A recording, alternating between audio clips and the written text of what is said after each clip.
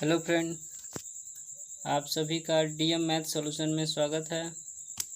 आज हम लेके आए हैं गुट निरपेक्ष आंदोलन। गुट निरपेक्ष आंदोलन दो ध्रुवीयता को चुनौती देने वाला गुट निरपेक्ष आंदोलन। दो ध्रुवीयता क्या था? सोवियत संघ और अमेरिका। सोवियत संघ और अमेरिका को चुनौती देने वाला आंदोलन को कहते हैं गुट निरपेक्ष आंदोलन। इसी बारे में हम पूरी जानकारी लेंगे आज। अंतर्राष्ट्रीय राजनीति में जो दिव्यता आ गया है कि विश्व दो बड़े राजनीतिक खेमों में बंट गया था। जब द्वितीय विश्व युद्ध खत्म हुआ तो अंतर्राष्ट्रीय राजनीति में दिव्यता आई थी और जो बड़े बड़े राष्ट्र पूर्ण तरीके से ध्वस्त हो चुके थे, उसमें दो राष्ट्र बचे थे, सोवियत संघ और अमेरिका, जिनमें एक से सोवियत संघ गुट कहलाता था और दूसरा एंग्लो अमेरिका गुट।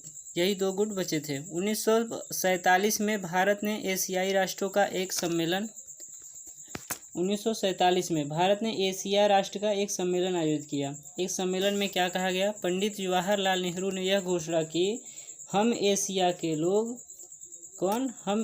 के लोग अपने पैरों पर खड़ा होना चाहते हैं और उन सभी सहयोग चाहते हैं जो हमसे सहयोग करने को तैयार हैं। हम उन्हीं का सहयोग करेंगे और उन्हीं से सहयोग लेंगे या उन्हीं को सहयोग देंगे जो हमारी सहायता करेंगे और हमारे कार्य को करेंगे।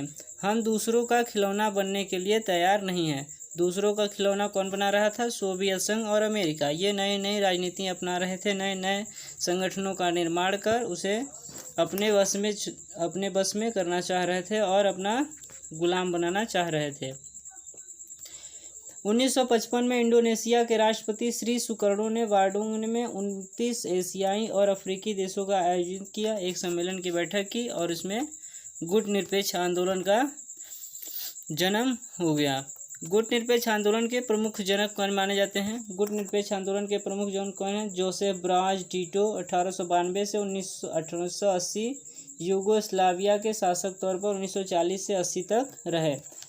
और दूसरा थे पंडित जवाहरलाल नेहरू जो 1889 से 1964 तक भारत के पहले प्रधानमंत्री, जो 1947 से 64 तक पद पर रहे। जमाल अब्दुल नासिर 1918 से 1970 तक मिस्र के शासक रहे।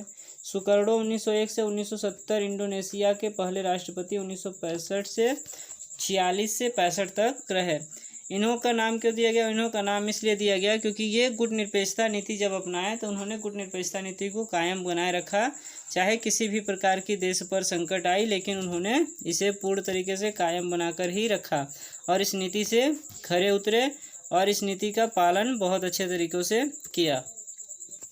अब देखिए, हम पढ़ते हैं गुट निरपेक्षता का अर्थ क्या होता है। गुट निरपेक्षता का अर्थ सीधा सीधा भाषा में होता है कि हम किसी संगठन से न जुड़े अपना खुद का संगठन बनाएं और उस संगठन का नियम का पालन करें। गुट निरपेक्षता का परिणाम यह था, रिजल्ट यह था कि वे दोनों महाशक्तियां की सैन्य संधियों से दूर रहेंगे तथा प्रतिद्वंदी विरोधी शक्तियों द्वारा अपनी अपनी विश्वव्यापी हर नीति में उन्हें घसीट ले जाने के प्रयत्नों से निसफल करेंगे। निसफल करने का प्रयास करेंगे मतलब उनसे जुड़ने किसी को नहीं देंगे, जिससे वे उन्हें अंतर्राष्ट्रीय संबंधों का शतरंज का मोहरा ना बना सके। कोई भी देश उन्हें अपना मोहरा न बना सके। इसलिए गुट निरपेक्षता का नियम अपनाया गया और गुट निरपेक्षता का पालन किया गया। अब देखिए, गुट निरपेक्षता का विरोध करने से क्या क्या फ़ायदे हुए और हमारे इस आंदोलन को रोकने में एक अहम भूमिका निभाई। इन भूमिकाओं का विवरण इस प्रकार से दिया गया है।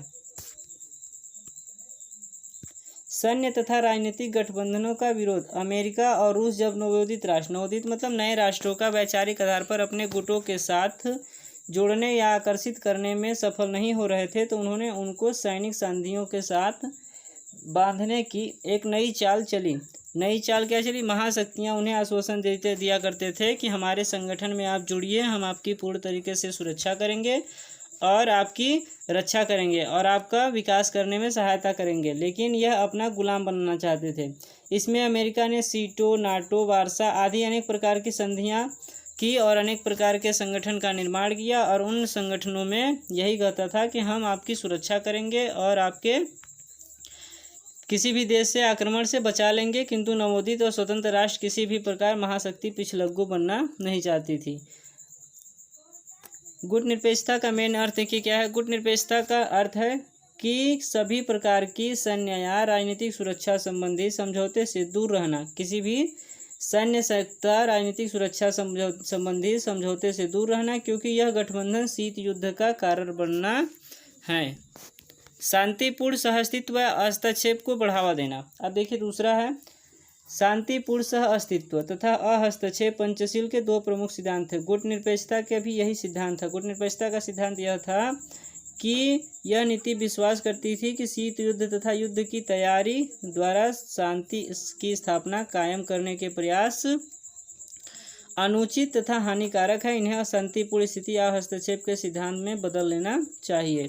शीत युद्ध का यह मतलब था कि यह सभी इस प्रकार हस्तक्षेप करें, हस्तक्षेप न करें कि किसी भी प्रकार के देश अनुचित या हानिकारक न हो और वह शांतिपूर्ण तरीके से अपनी कायम व्यवस्था को बनाए रखें। इस प्रकार गुटनिरपेक्षता का सभी साथ बिना किसी भेदभाव को भिन्नता तथा सहयोग का सिद्धांत कहा गया। तीसरा है शीत युद्ध का विरोध। शीत युद्ध का विरोध। भारत जैसे नवनिर्मित देशों ने शीत युद्ध को राष्ट्रीय तथा अंतर्राष्ट्रीय शांति व सुरक्षा के लिए हानिकारक माना। इसलिए शीत युद्ध के विरोध को उन्होंने अपने विदेश नीतियों के मूल सिद्धांतों के रूप में अपनाया। भारत इसलिए अपनाया क्योंकि भारत गुलाम देश था। पहले 1947 में जब आज़ाद हुआ, आज़ाद होने के बाद फिर वह किसी देश का गुलाम बनना नहीं चाहता था। इसलिए पंडित जवाहरलाल नेहरू ने गुटनिरपेक्षता की नीति अपनाई और गुटनिरपेक्षता की नीति से यह विरोध किया कि वह पैदा हुए तनाव से दूर रहने का पूर्ण तरीके से प्रयत्न करेंगे और इससे शांतिपूर्ण स्थिति तथा राज्यों से भी सहयोग का समर्थन करेंगे, लेकिन किसी भी संगठन से नहीं जुड़ेंगे। चौथा है स्वतंत्र विदेश नीति का समर्थन करना। द्वितीय विश्व युद्ध के पश्चात अफ्रीका, एशिया, लातिन अमेरिका के अनेक उपनिवेश राष्ट्रीय आंदोलन या मुक्ति संग्राम के द्वारा स्वतंत्र हो गए।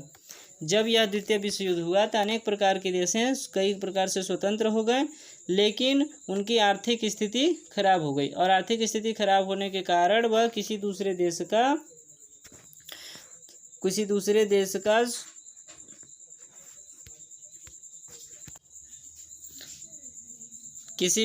देश का गुलाम नहीं बनेगा। इसलिए पंडित नेहरू के शब्दों में कहा गया कि अपने आप में नीति केवल हमारे श्रेष्ठ निश्चय के अनुसार कार्य करने की तथा हमारे जो मुख्य उद्देश्य या आदर्श थे उन्होंने आगे बढ़ाने की नीति हो सकती है और इस नीति पे पूर्ण तरीके से स्वतंत्रता मिलेगी और हम उस आंदोलन का पालन करेंगे। भारत किसी भी देश या देशों के समूह पर आश्रित नहीं है। भारत किसी भी प्रकार के दूसरे देशों पर आश्रित नहीं है। इसके पास खुद अपनी आर्थिक स्थिति बहुत ही अच्छी है और इस आर्थिक स्थिति को बनाए रखने के लिए उन्हें किसी भी देश से जुड़ने की आवश्यकता नहीं है। हाँ, विदेश नीति का पालन करना इसका भी कर्तव्य बनता है। यह विदेश नीति का पूर्ण तरीके से पालन करेगा। इसकी स्वतंत्रता तथा विकास से एशिया में भारी अंतर आएगा तथा इससे सारे विश्व को फर्क पड़ेगा। भारत में सबसे बड़ा सहयोग पंडित जवाहरलाल नेहरू, इंदिरा गांधी और अनेक प्रकार के हमारे सैनिक नेताओं के द्वारा यह नियम पूर्ण तरीके से पालित हुआ और गुटनिरपेक्षता का नियम से यह भारत किसी भी देश का गुलाम नहीं बना। फिर से प्रमुख गुटनिरपेक्ष शिखर सम्मेलन। अब अनेक प्रकार के आगे यह आंदोलन बढ़ता गया और इसमें सम्मेलनें बैठती गईं और धीरे धीरे अनेक देश इसमें जुड़ना प्रारंभ कर दिया।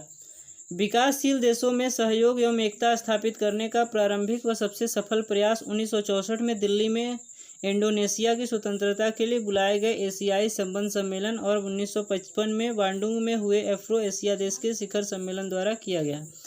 यह सम्मेलन इसलिए बैठाया गया था क्योंकि इन एशिया देशों को स्वतंत्र करना था। एशियाई देश बहुत ही फंस चुके थे और उनकी आर्थिक स्थिति बहुत तरीके से गड़बड़ हो चुकी थी। इसलिए 1964 में हमारे भारत ही दिल्ली में इंडोनेशिया की स्वतंत्रता के लिए यह बुलाए बैठक हुआ था। इसमें अनेक देशों ने भाग लिया था। यह बैठक कब हुई थी? तो इस बैठक कब हुआ था? 1964 से 1955 में हुआ था। इसके आगे देखिए सबसे पहली बैठक कब हुई और इसका प्रमुख गुटनिरपेक्षता शिखर सम्मेलन का पालन कब से शुरू हो गया। तो 1961 बेलग्रेड शिखर सम्मेलन, सबसे पहली बैठक हुई थी 1961 में बेलग्रेड शिखर सम्मेलन। यह बैठक हुआ। पहला गुटनिरपेक्ष सम्मेलन सन 1961 में बेलग्रेड में हुआ था। यह देश का नाम है बेलग्रेड। इसमें 25 अफ्रीका के देश एशियाई देशों ने भाग लिया था। अफ्रीका और एशिया मिला के कुल 25 देश यूरोपियन राष्ट्र इसमें शामिल हुआ था। 3 लातीनी अमेरिका के भी प्रेक्षक थे जो उनकी अमेरिका के सहयोग करता थे, वो देश भी इसमें भाग लिए थे। दूसरी बैठक हुई 1964 का काहिरा शिखर सम्मेलन। इसे काहिरा शिखर सम्मेलन, क्योंकि काहिरा में ही इसकी बैठक हुई थी, इसलिए इसे काहिरा शिखर सम्मेलन या गुटनिरपेक्ष का दूसरा शिखर सम्मेलन कहा जाता है। दूसरा शिखर सम्मेलन 5 अक्टूबर 1900 से 10 अक्टूबर 1964 तक काहिरा में हुआ था, जिसमें 11 प्रवेशक छक्कों तथा 36 देशों ने भाग लिया था। अब देखिए, पहले 25 थे, अब धीरे धीरे 36 हो गए।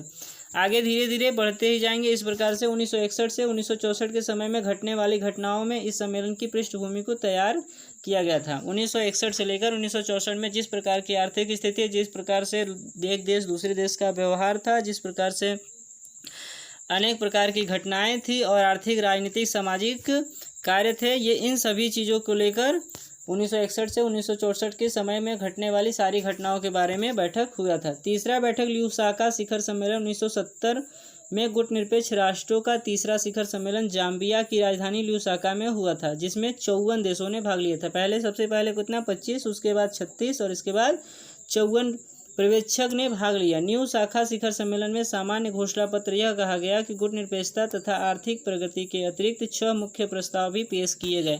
इनमें सबसे लाल बहादुर शास्त्री और पंडित जवाहरलाल नेहरू, लाल बहादुर शास्त्री भी बैठक हुई थी। लाल बहादुर शास्त्री का सबसे बड़ा योगदान रहा इसमें। अब कुल 18 शिखर सम्मेलन की बैठक हो चुकी है, जो कि अंतिम शिखर सम्मेलन अजरबैजान 2019 में हुआ था, जिसमें 120 देशों ने भाग लिया था।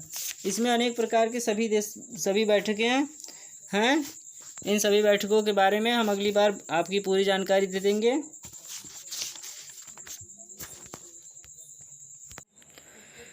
गुटनिरपेक्ष आंदोलन बनाने का मुख्य यह भी कारण था कि शीत युद्ध का प्रसार और सैनिक संधियां जैसे कि उत्तरी अटलांटिक संधि संगठन सीएटो और तथा वार्सा संधि शस्त्रों की होड़ से तीसरे महायुद्ध का खतरा पैदा हो गया था। दूसरे महायुद्ध के बाद एशिया और अफ्रीका में नए स्वतंत्र राष्ट्रों का उदय हुआ। आर्थिक विकास की चाह ने नए स्वतंत्र राष्ट्रों को इस बात के लिए प्रेरित किया कि वे रूस और अमेरिका दोनों की महाशक्तियों के से अच्छे संबंध बनाएं, ताकि उन्हें आर्थिक और तकनीकी सहायताएं मिल सके और वह अपने विकास में सफल हो सकें। गुटनिरपेक्ष आंदोलन का संस्थापक नेताओं के बीच गहरी मित्रता थी। ये नेताएं पंडित जवाहरलाल नेहरू, टीटो आदि अनेक प्रकार के देशों के नेताएं अपने अपने देश में वीरना की छवि बनाए रखना चाहते थे और अपनी आर्थिक स्थिति को सुधारना चाहते थे। इसलिए यह बैठक और यह सम्मेलन किया गया था। धन्यवाद।